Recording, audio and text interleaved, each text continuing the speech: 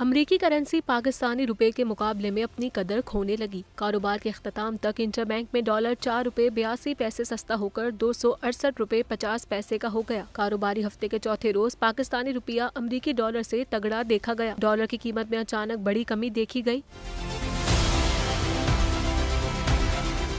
Interbank में dollar की कीमत 2 रुपए 82 पैसे कम हो गई। रेट में कमी के बाद इंटरबैंक में डॉलर 270 रुपए 50 पैसे पर बंद हुआ, जबकि ओपन मार्केट में भी डॉलर का रेट 4 रुपए नीचे आ गया। ओपन मार्केट में नई कीमत के बाद डॉलर 272 रुपए में फरोख्त हुआ।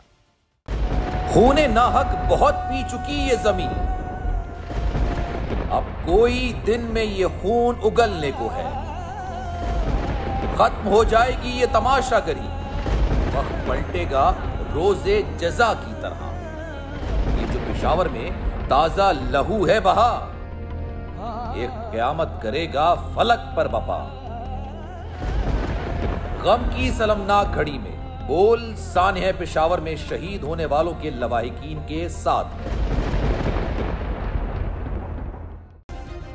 सब्सक्राइब करें और बेल दबाएं ताकि कोई खबर रह न जाए।